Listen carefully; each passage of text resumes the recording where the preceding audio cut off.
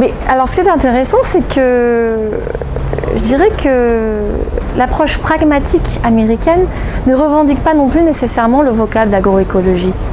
En Californie notamment, ce qu'on entend beaucoup plus, c'est le terme permaculture. La permaculture est très vivace.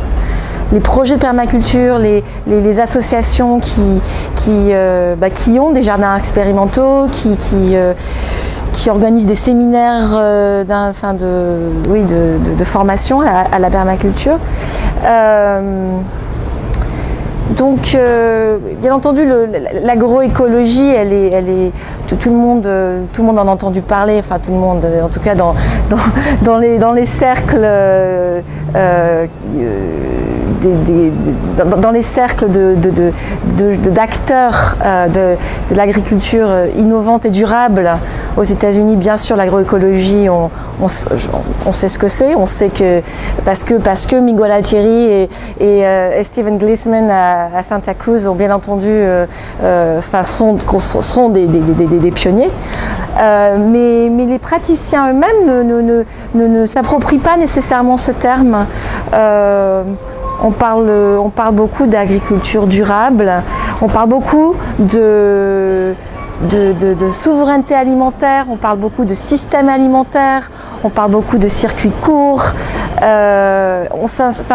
Autrement dit, ces secteurs s'inscrivent clairement dans une démarche agroécologique, mais une fois de plus sans nécessairement revendiquer ce terme-là.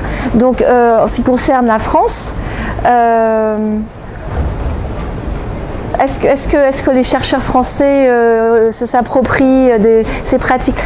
Peut-être, mais moi je suis pas sûre que ce soit un problème en fait, dans la mesure où il me semble qu'autant les chercheurs que les producteurs tendent vers une vision commune qui est celle d'une agriculture durable qui est respectueuse des hommes et de l'environnement.